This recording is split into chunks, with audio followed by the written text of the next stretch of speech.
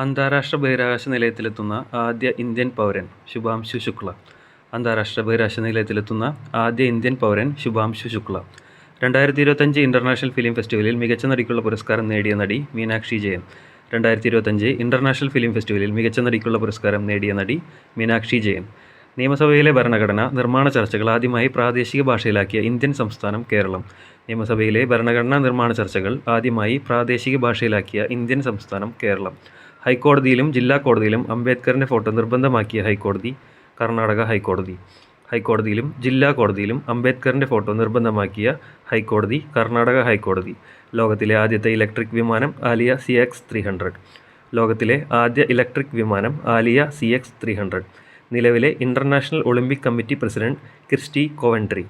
നിലവിലെ international Olympic committee president Kirsty Coventry.